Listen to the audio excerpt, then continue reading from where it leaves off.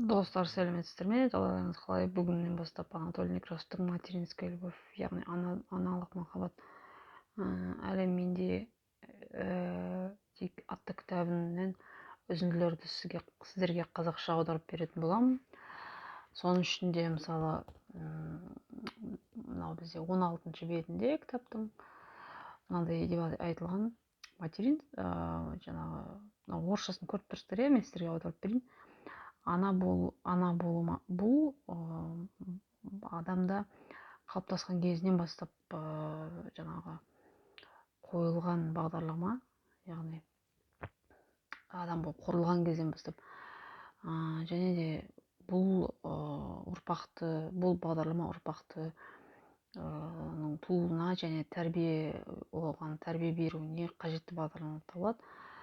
Және де бұл бағдарлама жануарлардың бағдарламасы, бірақ жануарларға қарағанда адамдарға қарағанда, кешіріңіздер, жануарлар өздерінің балаларын дер кезінде жаңағы жібереді. Тіпті өз өміріне тез бейімделіп кетсін деген немен, жаңағыдай, және өз жануар түрінің абыройлы түрі болып өссін деген ниетпен жаңағы қуып жібереді. Ал адамдарға бұл жаңағы қабілеттерге дейміз ба,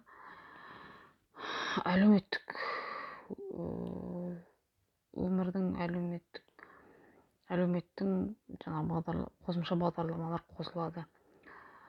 Сосын осы қоғамның жаңағы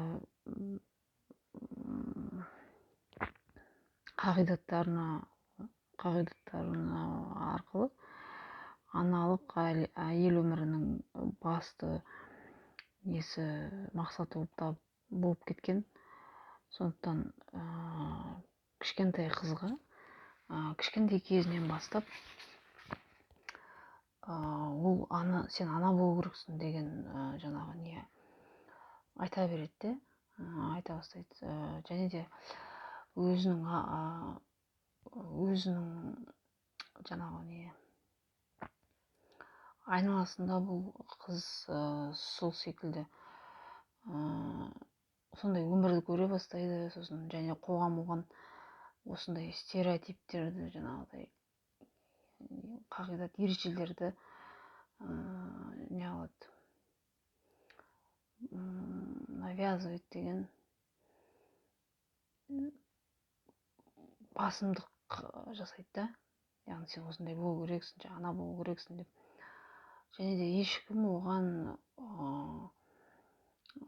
әйелдің бұл өмірге сүю үшін, махаббат сыйлау үшін келетіні жөнінде айтпайды. Сосын және де өзін жақсы көру үшін, адамдарды жақсы көру үшін, ер азаматтарды жақсы көру үшін келгенін айтпайды. Содан кейін жерді, өмірді жаңағыдай жақсы көру үшін, ал ана болуды ол өзі таңдай алады, егер де қалаған жағдайда ғана, сол махаббаттың нышаны ретінде.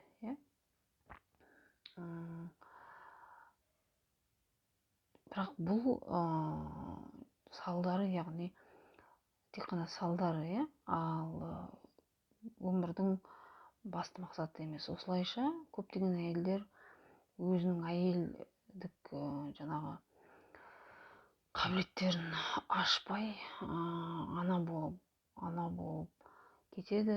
Нәтижесінде олар жаңағы нағыз әйел болмайды да, сосын нағыз ана да бола алмайды. Өйткені өзінің қабілеттерін ашпағанда әйел ретінде.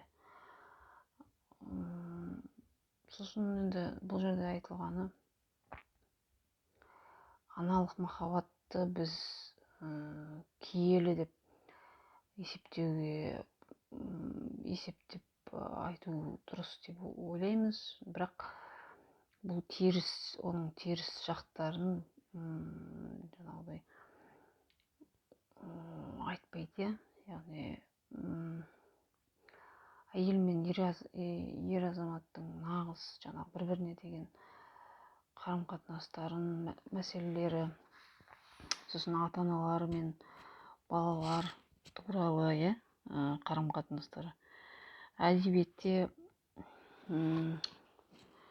кинода, театрландырылған спектакльдерде көптеген балалардың азап көргендері, аналық махаббаттан айырылғандары туралы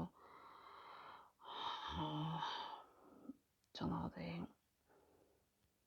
айтылған, және де махаббаттың асыра сыйлануы дейміз ба, махаббаттың астында қалған балалардың азаптары туралы мың рет кем айтылған. Яғни, на мой взгляд дейді, менің пікірімше, автордың пікірінше,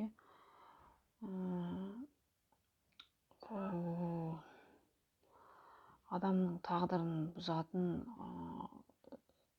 тым асыра берілген аналық махаббаттың теріс әсері тиісті деңгейде терең зерттелмеген, түсіндірілмеген, меңгерілмеген, ал кейде жаңағы лишаешь жизни своих детей, өзінің жаңағы балалардың өмірлерін қиятын осы махаббат, сосын порождающий многие болезни дейді, самой женщине, әйелдің өзінің жаңағы